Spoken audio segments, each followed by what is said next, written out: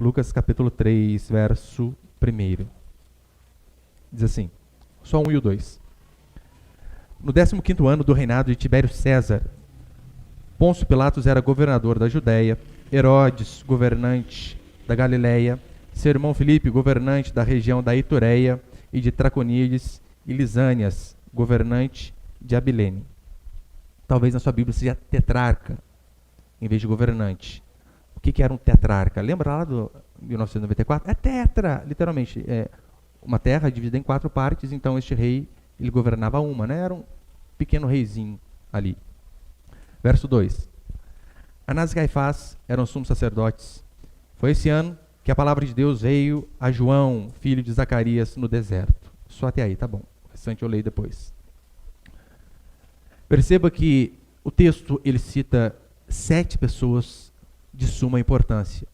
Entre reis, governadores, sumo sacerdote. E então, mesmo diante de tantas pessoas poderosas, a Bíblia diz que a palavra de Deus veio a João. E onde João estava? No deserto. O que João tinha de importante? Qual o papel social importante que João tinha? Nenhum. João governava alguma coisa? Nada. Vivia no deserto. E justamente no deserto diz a Escritura que a palavra do Senhor vai a ele. Justamente para mostrar esse contraste entre os poderosos e a humildade daqueles que buscam a Deus com o coração correto. Então nós vemos essa junção. João, ele era totalmente atípico aos seus contemporâneos. Lembra o Homem das Cavernas? Talvez você já viu em algum filme, livro, coisa parecida. João era mais ou menos daquele estilo. Ele era totalmente diferente das pessoas de sua época. Primeiro, a sua alimentação era diferente. Enquanto os governantes, os sacerdotes comiam do bom e do melhor, a alimentação de João Batista, gafanhoto e mel silvestre. Não era nem sá, gafanhoto. As vestes de João, não eram aquelas vestes talares todas bonitas como os sacerdotes tinham. Diz a Escritura que ele se vestia de pelo de camelo. E a sua pregação era muito mais diferente ainda do que os sacerdotes daquela época. Então, com base nisso aqui, eu quero passar 3 princípios. Põe o primeiro ali, por favor, Miguel. Primeiro, a fé cristã é algo histórico. Eu poderia colocar também, a fé cristã é algo lógico.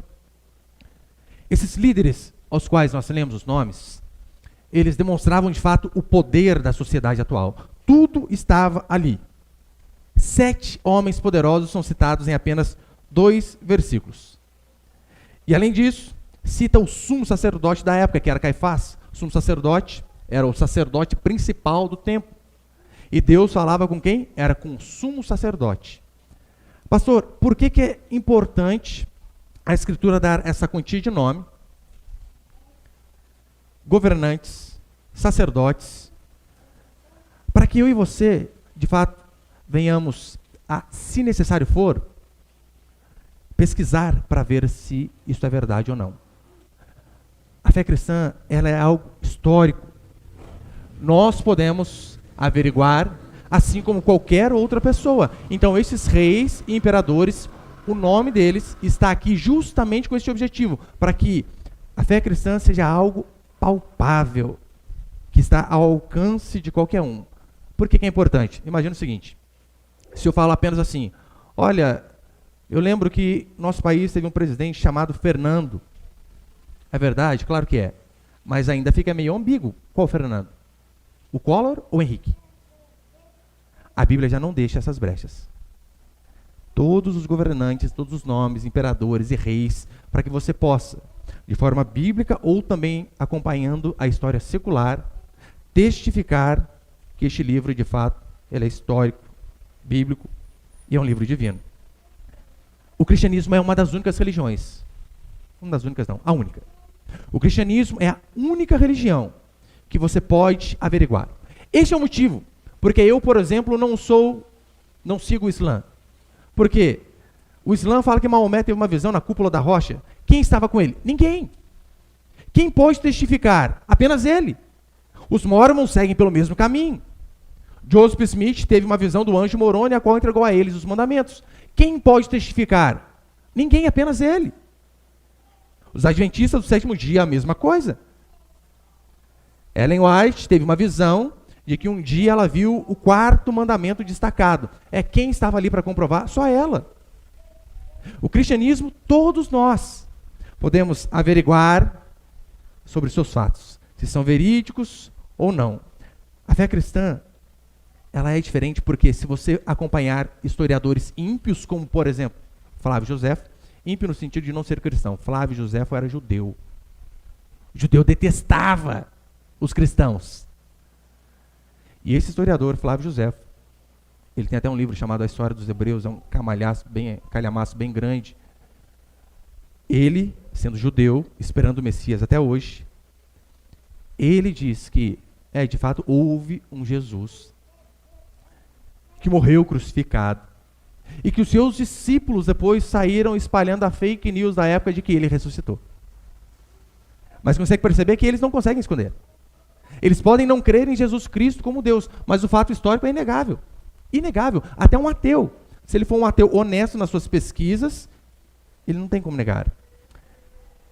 A verdadeira fé, ela não é uma junção de ideias. A verdadeira fé cristã, ela está baseada num fato. Qual fato?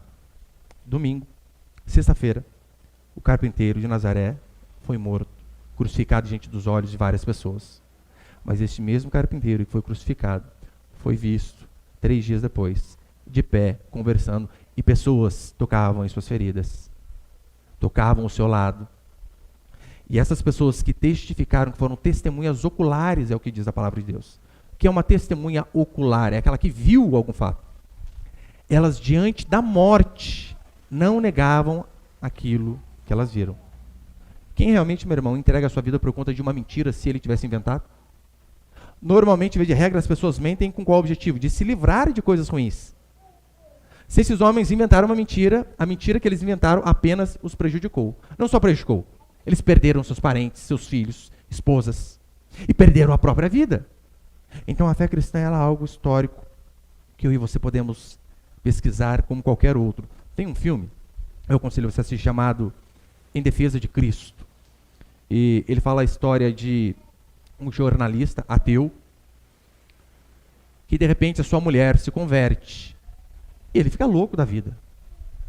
Então ele começa a verificar, a estudar, a pesquisar sobre o cristianismo, gasta 2 anos de sua vida estudando a respeito do cristianismo para mostrar para sua esposa de que, olha, a sua fé não passa de uma fábula. Que palhaçada é essa? Que um peixe engoliu um homem.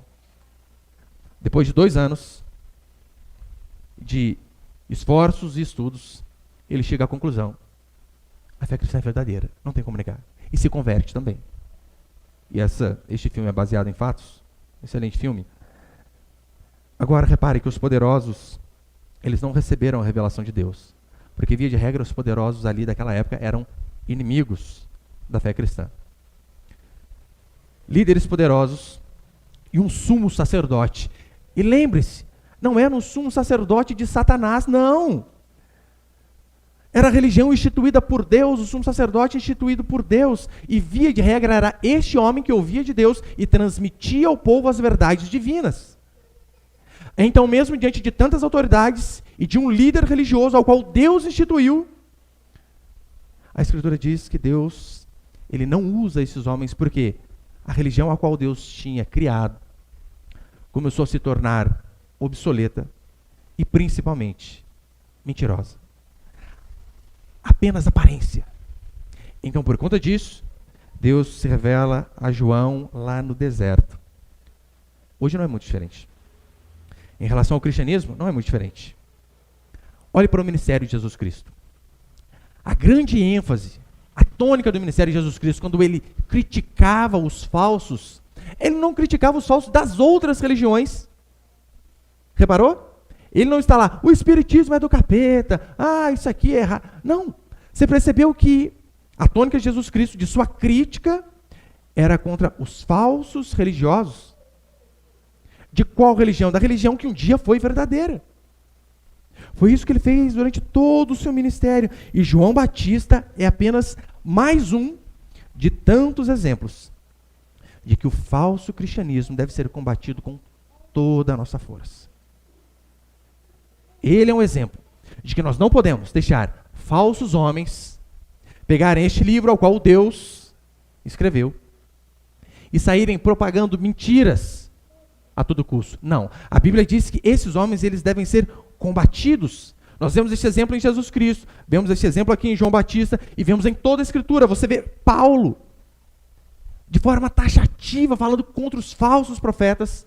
Você vê Pedro falando, você vê Judas falando. Acho que eu coloquei ali, põe os versículos aí, por favor, Miguel. Olha como que Pedro é incisivo. Pode pôr os outros, pode pôr os 3. 2 Pedro 2:1.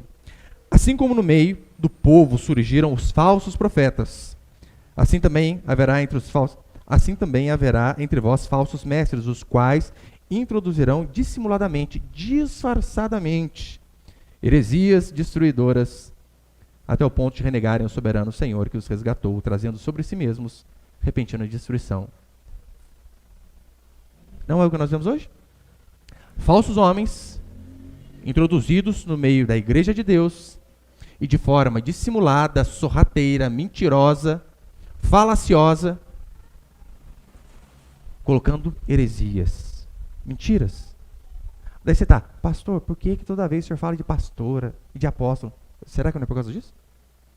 Falsos homens que dissimuladamente, disfarçadamente, introduzem heresias. 2 Timóteo, olha o que Paulo vai dizer, tem ali, né? 2 Timóteo 4:3.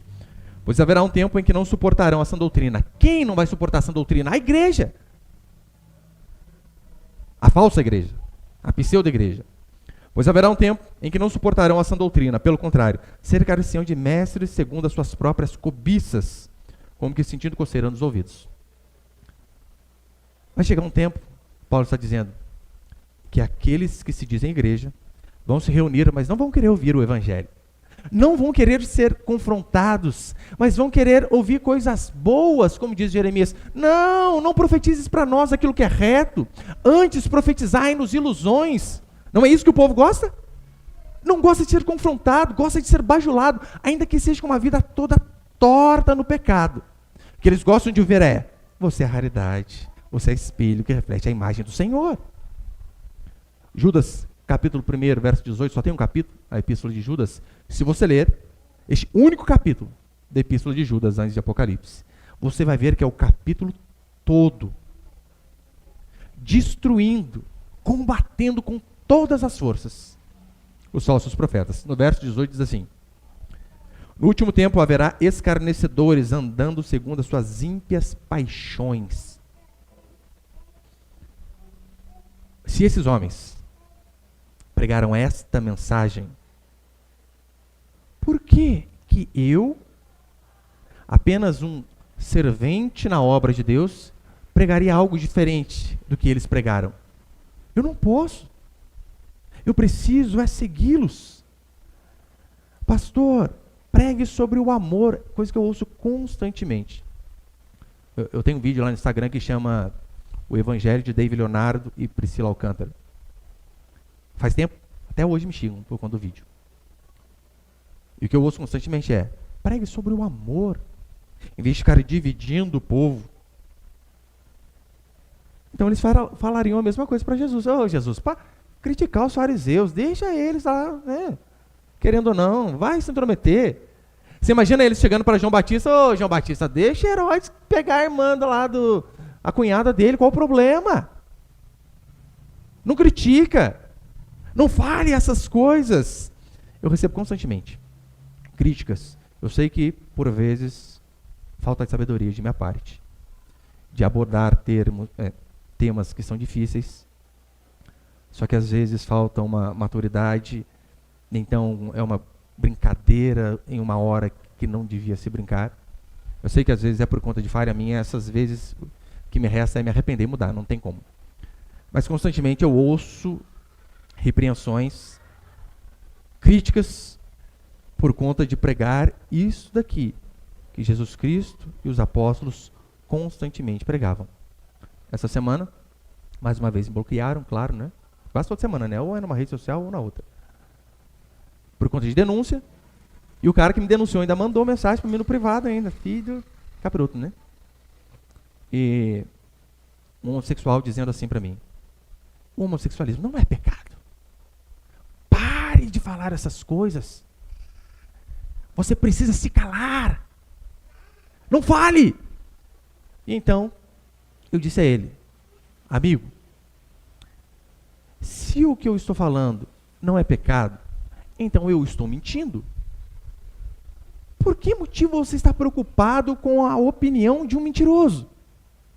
Ignore-me.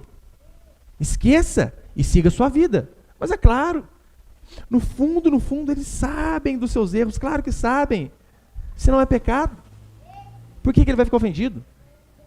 Mas todo aquele que vive no pecado sabe. Outra coisa que eu ouço constantemente é a seguinte: pare de falar sobre política. Fale sobre o evangelho. Esses dias um rapaz perguntou assim para mim: você consegue ver o evangelho em esquerda ou direita?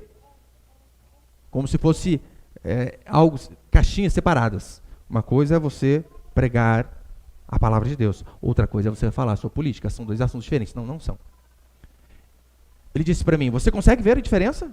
Você consegue ver o evangelho nessas polarizações entre esquerda e direita? Eu sim, principalmente na esquerda. E ele me retrucou: onde? Eu disse: olha, vocês, esquerdistas, comunistas, vocês são a favor do aborto, não é? Sim, somos. A minha escritura diz: não matarás. Como não há associação? Vocês são a favor do casamento homoafetivo, da promiscuidade, de não se ter um parceiro fixo, até ter rodízio com consentimento do outro. Vocês são a favor dessas coisas.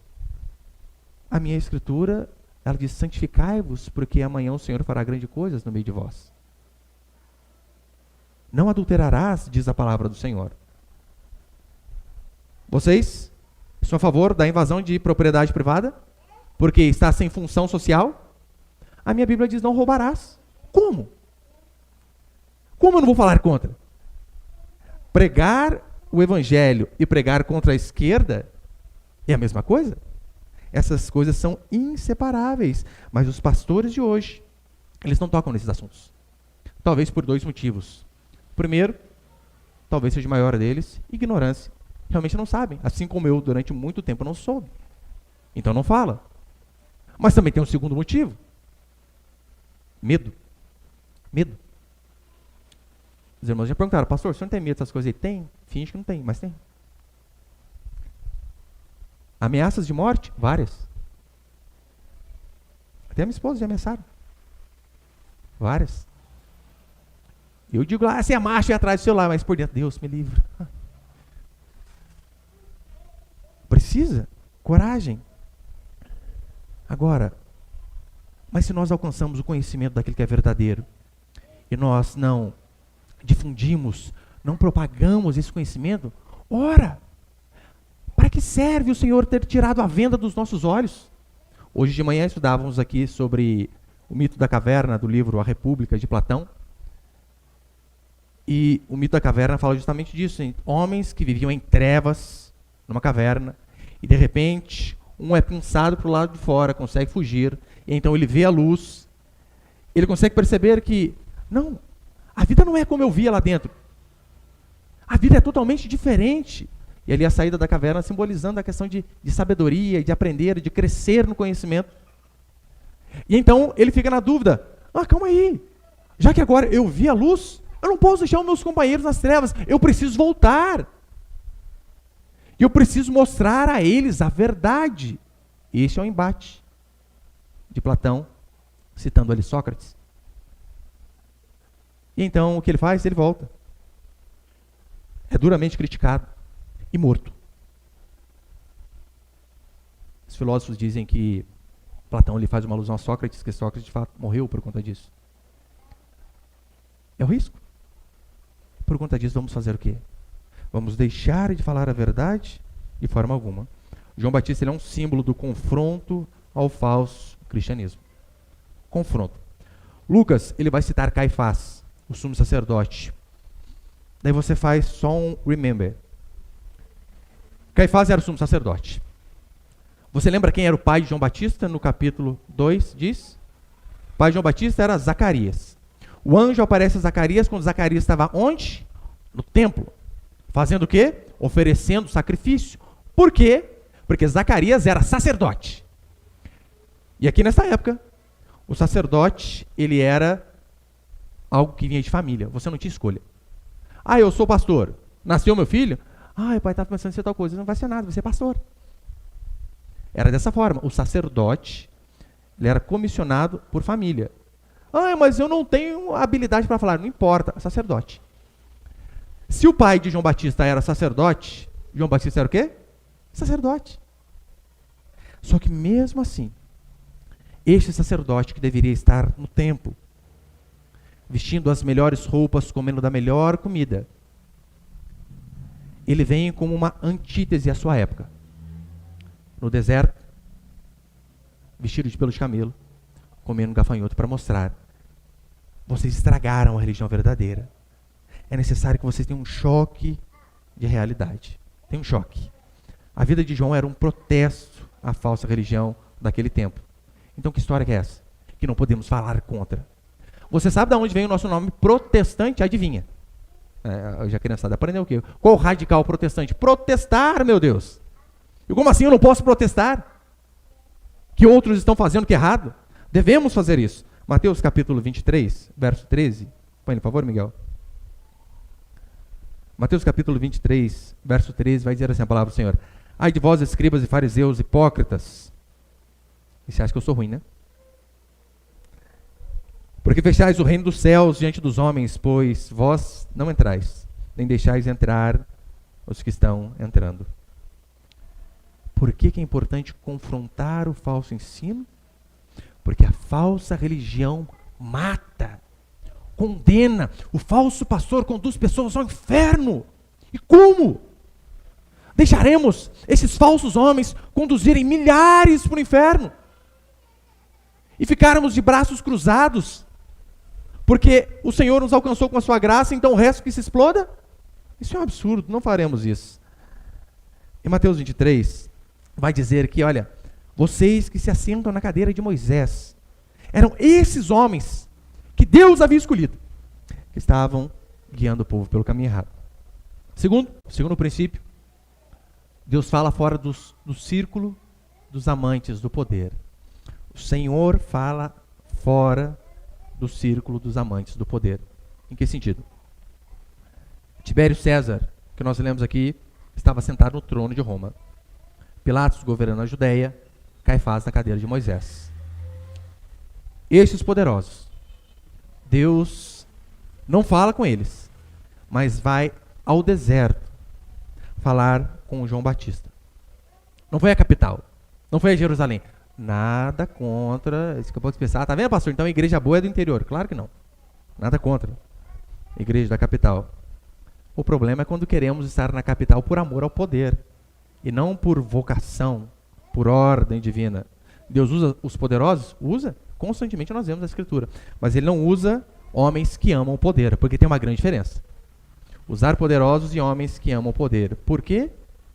Porque quem ama o poder, meu irmão, faz qualquer coisa para se manter no poder e para obter o poder.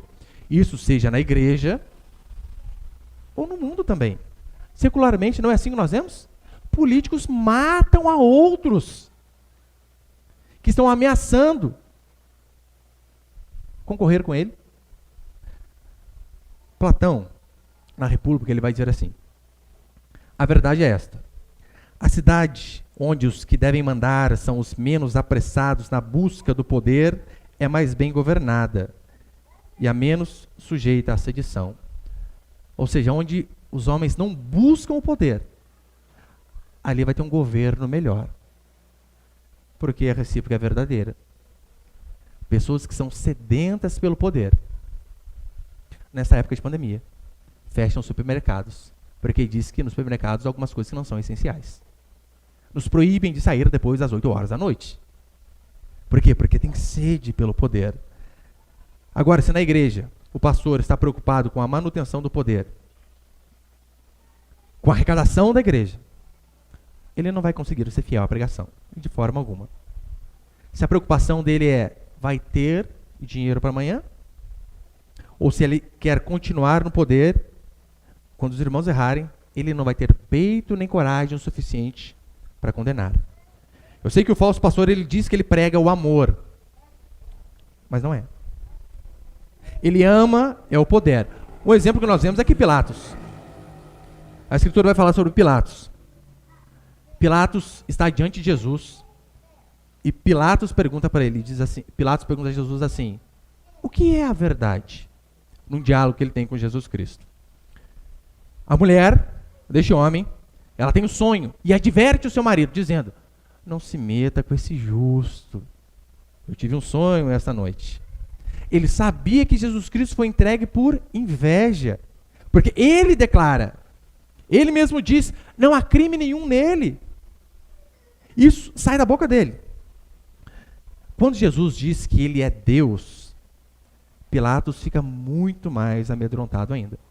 Diante de tudo isso, de todas essas verdades que ele foi testemunha, o que ele faz? Decide fazer a vontade do povo e não fazer aquilo que é correto.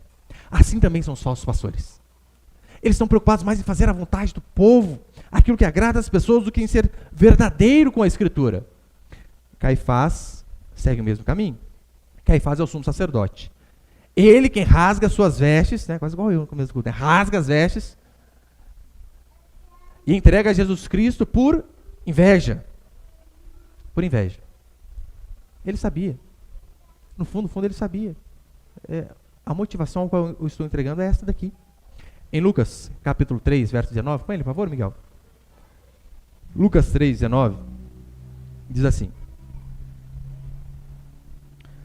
mas Herodes, tetrarca, sendo repreendido, está grifado, né? Mas Herodes, o tetrarca, sendo repreendido por ele, por quem? Por João, por causa de Herodias, mulher de seu irmão, o cara furou o olho do irmão. Só isso. Mas Herodes, tetrarca, sendo repreendido por ele, por causa de Herodias, mulher de seu irmão, e por todas as maldades que o mesmo Herodes havia feito, acrescentou ainda sobre todas essas a de lançar João no cárcere. É difícil entender? Herodes sendo repreendido. Precisa explicar o que é ser repreendido? Só que os pastores não conseguem entender que há horas que a repreensão ela é necessária, benéfica para a pessoa e benéfica para a igreja. Só que eles não fazem. Olha um exemplo. Um pastor que conta piada, vai entender quem é. Uma vez ele estava num programa de TV e ali estavam várias pessoas. E o que a mídia tenta fazer? Tenta sempre emparedar o cara, com certeza. Para ver, e aí? Tá do lado de quem? E uma das pessoas que estavam nesse programa é a Tami. A Tami. Estava lá. Então, esta mulher transgênero perguntou para ele: pastor, o senhor me aceitaria em sua igreja? O cara vai ao programa de televisão. Isso o cara fala não. Queima o filme dele, né? E a coragem para falar não. Mas ele, de uma forma muito engenhosa, sábio, entre aspas, respondeu assim: olha, eu tenho os meus valores aos quais eu não abro mão. Mas eu te respeito. E esse jogo semântico proposital. Eu tenho os meus valores aos quais eu não abro mão, mas, conjunção adversativa, eu te respeito. Você consegue perceber que com essa frase, ele consegue agradar gregos e troianos? Ele conseguiu agradar os dois. Conseguiu agradar os crentes. Eu tenho os meus valores e não abro mão. E conseguiu ficar bem depois com a comunidade LGBT. Mas eu respeito. Não, meu irmão, não respeitamos. Nós respeitamos aquilo que é moral. Aquilo que é imoral não se respeita. Imagine-se dizer isso para um pedófilo. Olha, eu tenho os meus valores, não mudo, mas eu respeito. Você diria isso para um pedófilo? Respeitamos aquilo que é moral. Pergunta se essa moça, que não ouviu o evangelho, pergunta se essa moça, depois de dar um abraço em lágrimas nesse pastor, se ela mudou de atitude. Não mudou. Houve conversão? Não houve. Por quê? Porque o evangelho não foi pregado. Faltou coragem. Essa coragem aqui, que João Batista teve, perdeu a cabeça. Agora, não querem perder seguidores do Instagram. conferências em que pregam. E quando falam alguma coisa, às vezes voltam atrás. Eu vi esses dias, acho que aquele pastor Rick Warren, que tem alguns livros bons. Ele, se eu não me engano, fez a oração na posse do socialista Obama. E ele falou algo a respeito, não sei se era contra o feminismo ou a comunidade LGBT. O povo caiu matando em cima dele. No outro dia ele já pediu desculpa. Gente, desculpa, né? Eu fui fiel à Bíblia. Me perdoa. Estou aqui retirando aquilo que eu fiz. Vulgarmente, o que falta é culhão. Coragem, como João Batista teve. Agora, olha o que diz Ezequiel, capítulo 3. Põe ele, por favor. Ezequiel, capítulo 3, verso 18. A palavra diz assim: quando eu disser ao perverso, Deus dizendo, quando eu disser ao perverso, certamente morrerás, tu avisarás quando eu disser ao perverso, certamente morrerás, e tu não o avisares, e nada disseres para o advertir do seu mau caminho, para lhe salvar a vida. Por que tem que ser advertido? Para salvar a vida. E esse perverso morrer na sua iniquidade, o sangue dele eu irei requerer da sua mão. Olha o que Deus está dizendo. Eu estou falando, o perverso vai morrer. Avise-o. Fale com ele. Se assim você não fizer, e este morrer na sua iniquidade, você vai ser cobrado. Porque você teve a oportunidade de falar e mesmo assim não disse. É difícil, meus irmãos, entender um texto desse. É difícil os pastores modernos olharem para esse texto e entender que o amor verdadeiro é aquele que confronta para o bem da pessoa. O amor verdadeiro não é aquele que vê uma pessoa indo para o abismo e dá um assobio. Vira. Não! Você está vendo alguém ir para o abismo. O que nos resta é com toda a nossa força levantarmos um brado dizendo, não! Saia daí, você vai morrer! Só que isso não é feito. E a consequência? Muitos de dentro da igreja estão caminhando para o penhasco do inferno. E terceiro, a mensagem ao arrependimento. Versículo 3, você pode acompanhar comigo? Lucas 3, versículo 3. Diz assim: e ele percorreu, João Batista, e ele percorreu toda a região do Jordão, pregando o batismo de arrependimento para o perdão dos pecados. Tenta reparar, só nesse versículo nós vamos ler a tônica de João Batista. Percorreu toda a região do Jordão, pregando o batismo do arrependimento para o perdão dos pecados. Como está escrito no livro das palavras do profeta Isaías. Dele vai estar Isaías. Voz que clama no deserto, preparai o caminho do Senhor, endireitai as suas veredas, todo vale será aterrado, e todo monte e colina serão aplanados. E o que é sinuoso se endireitarás, e os caminhos acidentados serão nivelados. Isso aqui é maravilhoso, eu vou explicar o significado disso aqui na próxima semana. Verso 6. E todos verão a salvação de Deus. Quando que todos verão? Depois do evangelho pregado, mas ele continua, verso 7. E João dizia às multidões que vinham para ser batizadas por ele, raça de víboras, cobras! Quem vos induziu, quem vos ensinou a fugir da ira vindoura? Produzi, pois, frutos dignos de arrependimento. E não comeceis a dizer a vós mesmos, Abraão é nosso pai, porque eu vos digo que até essas pedras Deus pode dar filhos a Abraão. Repare a constância da mensagem. Arrependimento, arrependimento, arrependimento. É disso que João vai falar. Este é o tema de Jesus Cristo. Mateus capítulo 3, por favor, 3:1. Vai dizer a mesma coisa a respeito de João Batista, só que aqui escrito por Mateus. E olha a visão que Mateus tinha de João, se não é igual a de Lucas. Naqueles dias, apareceu João Batista pregando no deserto da Judéia e dizia, o quê? Arrependei-vos, porque está próximo o reino dos céus. Tanto Mateus como Lucas, eles definem a tônica, o centro, a ênfase da mensagem de João, o resumo da mensagem de João Batista, qual era? Arrependimento. Mateus capítulo 4. Daí por diante, passou Jesus a pregar e a dizer, qual a mensagem de Jesus Cristo? Arrependei-vos, porque está próximo o reino dos céus. O resumo da pregação de João, de Jesus e dos apóstolos era arrependimento. Você consegue resumir para mim em uma frase a pregação dos pastores modernos? Eu posso dar duas sugestões. não julgueis. Deus é amor. Este é o resumo. É apenas disso que falam o tempo todo. Pastor, mas a Bíblia não diz não julgueis? Claro, dentro do contexto, devemos julgar. E Deus não é amor? Claro que é amor. E a prova disso foi a entrega de seu Filho por nós. Só que o amor verdadeiro é esse amor que mostra a verdade. É assim que funciona. Olha a diferença. Como os homens do Evangelho de hoje não tem nada a ver com os homens de Deus que pregavam o Evangelho no passado. Um servo de Deus chamado George Whitefield, ele pregava aos mineiros que trabalhavam naquelas minas de carvão. E historicamente o testemunho é que quando ele pregava o Evangelho, dava para ver o sulco das lágrimas rasgando a face daqueles homens simples e sujos. E qual era a mensagem dele? Era a mensagem de João Batista. A mesma dele. A mesma de Paulo, a mesma de João, a mesma de Jesus Cristo. E se eles pregaram essa, eu não posso pregar uma mensagem diferente, a não ser esta daqui que eles pregaram. João enfatizava o arrependimento, porque ele sabia, sem arrependimento não há salvação. Agora, João, ele pregando isto, diz a Escritura que as pessoas de toda a circunvizinhança da Judéia iam ouvi-lo. Eu devia ter trazido o mapa, infelizmente não trouxe.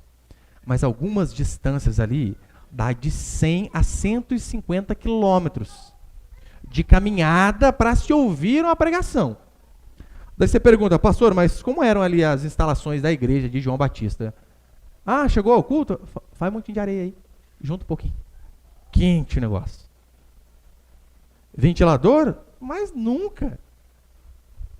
Ou era o sol escaldante durante o dia, ou o frio congelante à noite. Pastor, e como que era a pregação deste homem, né? Ah, tinha que ser uma pregação que valia a pena aí. Você imagina você caminhar, alguns historiadores vão dizer que dependendo da família, dava 5 dias de caminhada. Para se ir ao culto. Para ouvir o quê? Raça de víboras. Cobras. Esta cobra, essa víbora que João faz uma alusão, é uma cobra que tem no deserto, que ela se esconde por baixo da areia, se camufla. Então o que ele está dizendo, vocês são cobras porque vocês se escondem de Deus e às vezes dentro da igreja. Essa era a mensagem que trazia conversão verdadeira. Leonard Ravenhill, ele vai dizer que se os pastores, se Jesus Cristo pregasse a mensagem que os pastores modernos pregam, ele jamais havia sido crucificado. Jamais teria sido crucificado. E é claro que se aplica a João Batista também. E no verso 9 vai dizer, olha, o machado está pronto à raiz, para mostrar, está posto à raiz, para mostrar que, olha, o evangelho é esse machado que às vezes vai cortar mesmo. A Bíblia diz que Festo, o governador, ouviu a mensagem do evangelho da boca de Paulo, e Festo ficou amedrontado. Você consegue imaginar? Pessoas saindo do culto temerosas, literalmente batendo os joelhos uns nos outros. Jonathan Edwards, ele pregou um sermão intitulado por Pecadores nas mãos de um Deus irado. Pregou não, corrigir. Leu, não pregou. Ele leu um sermão que você tem acesso à internet hoje, acho que 9, 10 páginas. Jonathan Edwards, ele leu um sermão falando a respeito da ira de Deus. O testemunho depois dele ter lido. Por que ter lido? Porque na pregação você consegue colocar algumas ênfases e tal. Ele não, ele leu. Para mostrar que independentemente da personalidade, daquele que traz a mensagem, do tom de voz, assim como Apolo tinha, o mais importante é a mensagem.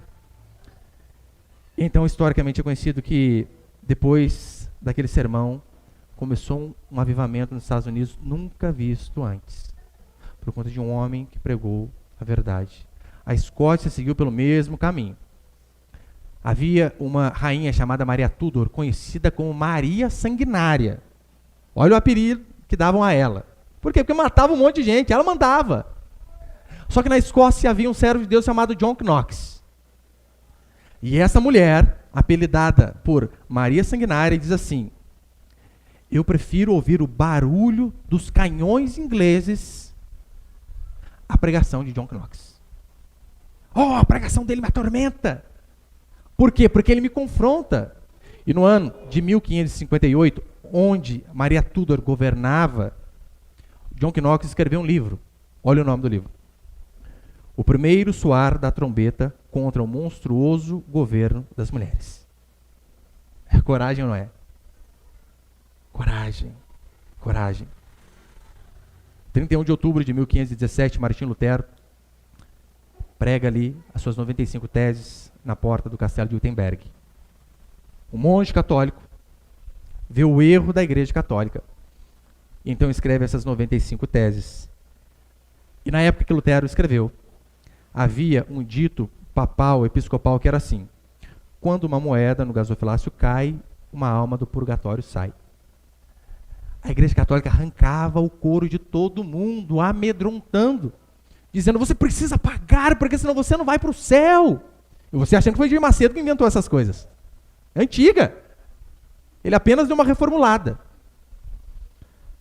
Então Lutero, com essa coragem, que ele precisou ser escondido por um rei, por um amigo, porque estavam querendo matar ele, mesmo assim ele prega a verdade. E sabe o que o Lutero prega? Vocês que estão pagando pela salvação, parem de pagar. Sabe por quê?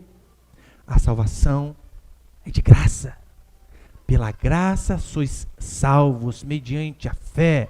E esta fé, não vem de vós, é dom de Deus. Ora, ele pregando isso, a arrecadação da igreja diminuiu. Consequentemente, queriam a cabeça dele. A primeira tese de Lutero é a seguinte. Eu já estou encerrando. A primeira tese de Lutero, das suas 95, é: dizendo, nosso Senhor e Mestre Jesus Cristo, arrependei-vos. Certamente quer que toda a vida dos seus crentes na terra seja um contínuo arrependimento. O que ele está dizendo é: o cristão ele não se arrepende apenas no momento em que há conversão. Sim, há este dia que nos marca, mas o cristão genuíno ele cresce em arrependimento todos os dias. E antes dele falar esse discurso e pregar essas teses, ele diz assim: eu, movido pelo amor.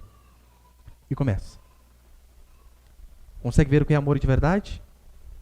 Olha, eu não vim da linhagem de pastores piadistas que estão preocupados apenas em trazer entretenimento à igreja. Não. Não larguei meu serviço para ser humorista aqui, de forma alguma. De forma alguma. Eu vim de uma linhagem de pregadores que tinham coragem, mesmo diante de uma sociedade totalmente contrária às suas crenças. Eu vim de uma linhagem de pregadores como Jeremias, que, como ele mesmo diz, o Senhor me fez galo de briga, expressão traduzida para hoje. Não vou abaixar a cabeça para essas coisas. Esses homens fiéis, cheios de amor no coração, esses fizeram, de fato, algo significativo para o reino de Deus. Porque através da vida destes homens, muitas outras foram transformadas. Só um exemplo antes de encerrar. Eu acho que foi um vídeo que eu coloquei sobre a missão da maternidade, de ser mãe. E ficou lá no Instagram, não sei quanto tempo. E uma irmã me mandou uma mensagem dizendo assim: pastor, Deus usou a sua vida para falar comigo. E o que eu estava falando ali, o que eu prego constantemente aqui, os vídeos são apenas edições das pregações.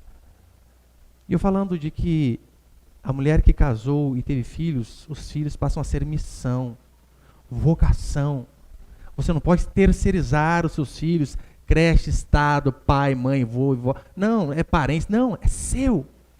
Você deve educar suas crianças. Então ela disse: pastor, eu estava com a matrícula pronta dos meus 3 filhos para colocá-los na creche. E orando. E eu vi o vídeo. Não vou colocá-los. Eu vou educá-los. Eu preciso assumir o meu papel. Que Deus possa nos dar a graça de que a pregação do Evangelho, aqui deste lugar, pregada por mim ou por qualquer dos irmãos, continue seguindo sempre a mesma tônica. Porque é isso que vai salvar vidas. Você não precisa, meu irmão, minha irmã, de uma oração ungida para ser abençoado, para ser abençoada. O que você precisa é, como Lutero diz, de um arrependimento contínuo, diário, a cada dia que você reparar as suas falhas. Que haja arrependimento e o desejo de mudar. Então a bênção de Deus será sobre nós. Amém, meus irmãos? Sozinho volto a olhar e vejo o caminho que destruí.